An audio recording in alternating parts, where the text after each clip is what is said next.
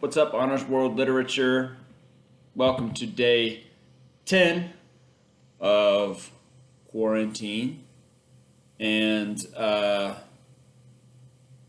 I guess Cobb County is on some mandatory lockdown as of today. And so I'm just here heeding that advice, locking down. Also going to get this video done before I go on a run. But it's a solo run. So there will not be a group of 10 or more running around with me. So don't you worry about that. Let's knock this out real quick. Sorry, no dog today. Had to put the dog down for her nap. She's over there sleeping, you sicko. I don't know what you were referring to. Quickly, real quick, before we talk about chapter 12, let's talk about some shout-outs. First of all, Alexis, you are a fraud. I take back any shout-out I've ever given you. Nina is the one who should be praised because she's the only one that's consistently commenting on any of these videos. Other than probably the second most, as far as students I have, Ellie, students I actually teach would be Bianca. And Bianca raised a lot of awesome feedback yesterday. If you guys want to check out that YouTube comment that she put up, one of the better ones. And she kind of opens up the gate a little bit to what's ahead of us starting in chapter 16. And you'll see what I mean when we get there. So anyway, keep commenting. Keep sending me your emails and your with your work. A couple of you guys have already turned in 9 through 12, and I appreciate that. Fareed, I got yours this morning, and and he's not the only one. There's a few that have sent in stuff over the last couple of days. And remember, you have until 11:59 to get all that stuff in on Sunday night. Okay, so chapter 12. Let's talk quickly about something that I always think is really important when I teach this book, and that's Mariam in Rasheed's room. She's cleaning, housewife, I should say housekeeper, housewife that she is. She found 3 things, and all 3 things are critically important in regards to who Rasheed is symbolically. Number 1, let's start with the gun. The fact that he keeps a gun in his dresser is, you can't, there's nothing wrong with having a gun in your home. I'm not here to tell you that having a gun in your home, but the fact that the author felt the need to include that and that he's hiding it and maybe even keeping it. They don't have any kids. So kind of maybe keeping that information from Mariam. That's not to say he should walk around brandishing a gun around the house. It's just that's symbolic of maybe a couple things. Could it be Rasheed's violent nature deep down? Could it be the fact that the gun is going to make an appearance again later? There's all kinds of things, and that's not a spoiler. I'm talking about just guns in literature in general. There's some significance there. Number 2, the magazine, the adult magazine, the gentleman's magazine, I guess you could say, that Mariam found. It makes sense. You know, he was a bachelor for many years because his previous wife had passed away, and his previous wife is deceased. He had a son that is also deceased.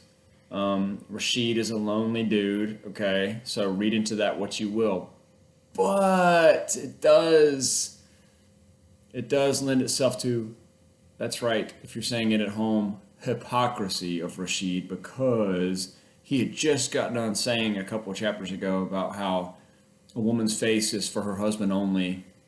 Well, there's a lot more than a woman's face being shown in these magazines. So a little bit of hypocrisy there from Rasheed, maybe. And then what I think is one of the more underappreciated things that she found is this picture of his wife. And Rasheed kind of is standing behind the chair, you know, that classic pose, kind of standing behind the wife as they're taking like glamour shots, I guess. And it could be Mariam's imagination, but it's almost like the wife is kind of leaning away from her husband, Rasheed. in this picture. And she finds this. So what's Rasheed holding on to this picture for? What is maybe the wife trying to tell Mariam in this picture from beyond the grave? So those are three really interesting things that she found in chapter 12. And I encourage you, if you have not read chapter 12, please look into that. There's a lot of good stuff. Yeah, Joanna's already turned in. She just came in, chapters 13 through 16. So good on you, Joanna. Look into chapter 12 if you have not done that yet. Today starts chapter 13 for us. I don't want to get into that just yet. I'm going to push back 13, 14, and 15 discussion. 13, 14, 15 kind of warrants its own probably 2-day discussion. Probably what we'll end the week with. And then we'll kind of go into 16, which starts part 2 in our discussion on Monday. So finish up this section today and tomorrow. This is your assignment for the week. I'm considering adding a bonus 17 and 18 just to kind of keep us on pace. 17 and 18 questions, but if that were to come out, it would not be due Sunday night. I would probably push back that extension to sometime next week, maybe Monday night or Tuesday night. Like I said, I'm not going to try to give you guys anything that's on Friday that is due Sunday, so don't worry. If that does happen, it won't be anything we have to have done Sunday night. Like I said, I'm impressed with the work you guys are doing so far. I hope you guys are well. I hope everybody's healthy. Please take time, and I know you're in high school and you know everything, but please take time to appreciate those in your family and those that you're quarantined with. I want my kids to remember this as a time where they got to hang out with their parents. They got to hang out with their mom. They got to hang out with their dad. They got to go on walks. They got to do recess here at home. They got to have mom and dad help them with their schoolwork for the day. Keep that kind of stuff in mind. I mean, take time to enjoy life as it is, and don't get bogged down in the academia that is around you, and don't get bogged down that you're being sided with, like me, by me, and other teachers you may have. And also make sure you take time to appreciate some of the freedom we have, as opposed to focusing on how horrible the world is. Because look, here's the truth. The world was horrible before this virus came out, and the world is still going to be horrible after this virus goes away. So let's take time to appreciate the beauty that exists in the world we have.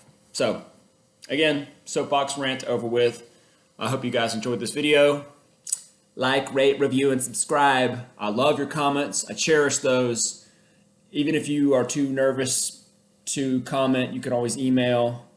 You guys have had some really good thoughts. Those of you, the few of you that have participated so far, you've had some really interesting thoughts, and I appreciate that. So anyway, that's all I have for you today.